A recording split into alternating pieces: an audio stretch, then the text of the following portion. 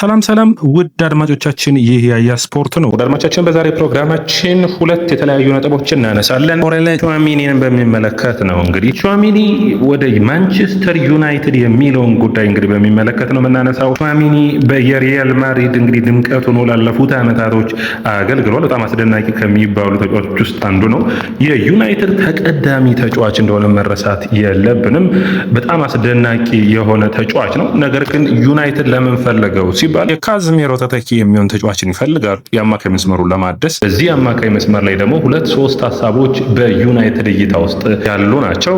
አንደኛው ኤደርሰን ነው። ኤደርሰን በጣም ለዩናይትድ ኢነርጂን መስጠት የሚችል ነው። አስደናቂ ተጫዋች ነው። ነገር ግን የካዝሜሮ ትክክለኛው ተተኪ አይሆንም። የካዝሜሮ ትክክለኛው ተተኪ ማን ነው ብለን ስናስብ የሚመጣው ቹዋሚኒ ነው። በኔ እይታ ቹዋሚኒ በብቃቱም ስታየው በጣም ተመራጭ የሚሆን ነው። በጨዋታ ሂደቱ አቅሙ፣ በዓለም ዋንጫው ያለበት የእድሜ ክልል በጣም ተመራጭ ያደርገዋል። ታዲያ ዩናይትዶች ከቹዋሚኒስ ምን ያገኛሉ የሚለው ትልቁ ጥያቄ ነው። እንግዲህ በአጠቃላይ እንደ ቡድን በዘመናዊ እግር ኳስ ውስጥ 6 ቁጥር ቦታ ላይ የሚጫወቱ ተጫዋቾች ዋንጫዎችን ሊያመጡልህ የሚችሉ ተጫዋቾች እንደሆኑ ይታወቃል። እንግዲህ በጣም አስደናቂ ብቃት ያለው ተጫዋች ነው። በክለቡ በብቃቱ በብዙ ሁኔታ የሚደነቅ ተጫዋች እንደነበረ የምታውቁት ነው።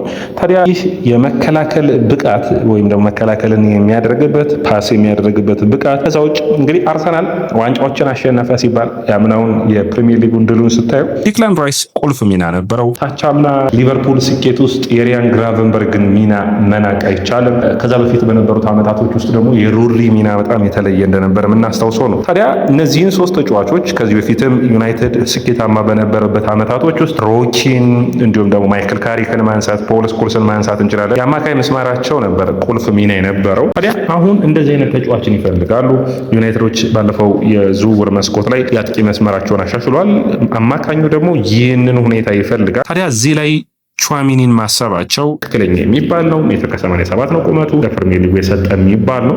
ጥያቄ የሆነው ሪያል ማድሪድ ይለቀዋል ወይ የሚለው ነው። ነገር ግን ሪያል ማድሪድ ይለቀዋል አይለቀውም የሚለው ምክንያቶች ላይ ስናስብ ሁለት ነጥቦች ይመጣሉ። አንደኛው ማድሪድ ተጫዋቹን ለመልቀቅ የሚገደድ ይመስለኛል። በእኔ እይታ ቹዋሚኒ መልቀቅ በዚህ ክረምት እርግጥ የሚሆን ይመስለኛል። አንደኛ ማድሪድ የአማካይ ተጫዋችን ያስፈርማል። ከአማካይ ተጫዋቾች ደግሞ ለጆዜ ሞሪኖ ተመራጭ የሚሆነው ማን ነው ካልን ከፍሬድሪክ ቫልቬርዴ እና ከቹዋሚኒ ይልቅ ቫልቬርዴን የሚመርጡ ይመስለኛል። ቫልቬርዴ ደግሞ ከተመረጠ ለዩናይትድ ትልቅ ውድድር የሚያመጣው ቹዋሚኒ ማዘዋወር ይችላሉ። 100 ሚሊዮን ዩሮ ላ ብታወጣበት ቹዋሚኒ በጣም ውጤታማ የሚባል ነው። ባለፉት ዓመታቶች ውስጥ በላሊጋው በጣም አስደናቂ ነበር። ከሞናኮ ቤት ጀምሮ በጣም አስደናቂ ነበር ነው። ካሚቪንጋን ስብስቡን ይለቃል። ቹዋሚኒ ሊለቅ የሚችልበትን ታዲያ ዩናይትዶች በሚገባ እያዩ ነው። ካሚቪንጋንም እንደሚፈልጉት ይታወቃል። ነገር ግን ትልቁ ሂደት አሁን እዚህ ላይ የተጫዋቹ አስደናቂ የመከላከል ቅርጽና ብቃት እንዳለ ሆኖ የፕሪሚየር ሊጉ በኔ እይታ ቶማስ ፓርቴን አይነት ፐርፎርማንስ፣ ነገር ግን ከፓርቴ የተሻለ ደግሞ የተለየ ብቃቶች ያሉት ተጫዋቹ ነው ይታየኛል። በአውሮፓ ቻምፒዮንስ ሊግን ማድሪድ ቤት ማሸነፍ የቻለ ነው። ልምዱ ዩናይትድ ለሱ የሚገባውን ሁሉ ማድረግ የሚችል ይመስለኛል። አሰልጣኙ ካሪክ ነው። በካሪክ ስር በሚገባ ማደግ የሚችል ተጫዋች ነው ብዬ አስባለሁ።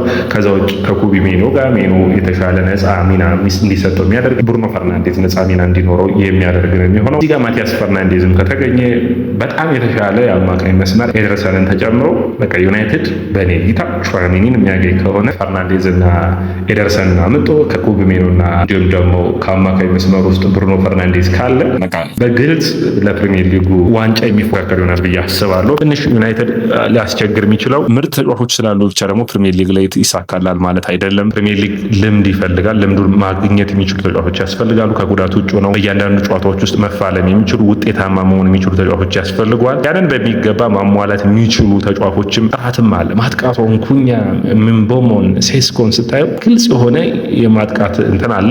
መከላከሉ ነው ከዛ በኋላ ዩናይትዶች ማደስ የሚጠበቅባቸው። የግራ መስመር ተከላካይ ቢፈልጉም መሀል ተከላካዩ መድሳት ያስፈልገዋል ብዬ አስባለሁ። እነዚህ ቦታዎች ላይ ትክክለኛ ተጫዋቾች ከተገኙ እንደ ቡድን ውጤታማ ለመሆን የሚቻል ይሆናል ብዬ አስባለሁ። ውድ አድማጮቻችን፣ እናንተ ተመራጭ የዩናይትድ አማካኝ ምርጫ ማን ነው በዚህ ዝውውር መስኮት? በእኔ ቹዋሚኒ ተመራጭ ነው ብዬ አስባለሁ። ከዛ ውጭ ግን ቹዋሚኒ ባይገኝ አሁን ለምሳሌ እንደ ቡዋዲ አይነት እንዲሁም ደግሞ ሌሎች ተጫዋቾችንም ለምሳሌ ሊፈልጉ ይችላሉ። ነገር ግን በእኔ እይታ ተመራጭ ሊሆን የሚችለው በጣም ጥሩ ፐርፎርም ሊያደርግ የሚችለው ቹዋሚኒ ነው። ቡዋዲ በጣም ጥሩ ፐርፎርማንስ ያለው ነው። ነገር ግን በዩናይትድ ስታንዳርድ ልክ ነው ብዬ አላስብም። ከፍ እያለ ለሚሄድ ቡድን ግን እንደዚህ አይነት በተለይ ማድሪድ ቤት ውስጥ ሮድሪን ይፈልጋሉ። ሮድሪን የሚፈልጉ ከሆነ ዩናይትዶች ኤሊት አንደርሰንን የሚነጠቁ ከሆነ ኤሊት አንደርሰን ዝውውር ቀጥታ ከማን ጋር ይያዛል ማለት ነው? ሮድሪ ሊለቅ የሚችልበት እድል አለ። ሮድሪ ለቀቀ ማለት ደግሞ በቀጥታ ሂደቱ የሚገናኘው ወደ ማድሪድ ነው። ማድሪድ ደግሞ ማን ሊያቃል? የግድ ቹዋሚኒ ሊያቃል ማለት ነው። እነዚህን ዝውውሮች እንግዲህ የሚጠበቅ ነው የሚሆነው። ማቲያስ ፈርናንዴዝ ላይ ዩናይትድ በብዙ ነገር ውጤታማ ነው ማለት ይቻላል። እስኪ ስለ ቹዋሚኒ አንዳንድ ብቃቶቹን እንይና ካዝሜሮ ተተኪ ነው፣ ነገር ግን ምን አይነት ቁጥሮች አሉት ብለን የቹዋሚኒን ፐርፎርማንስ እንየው። በጣም የሚደነቅ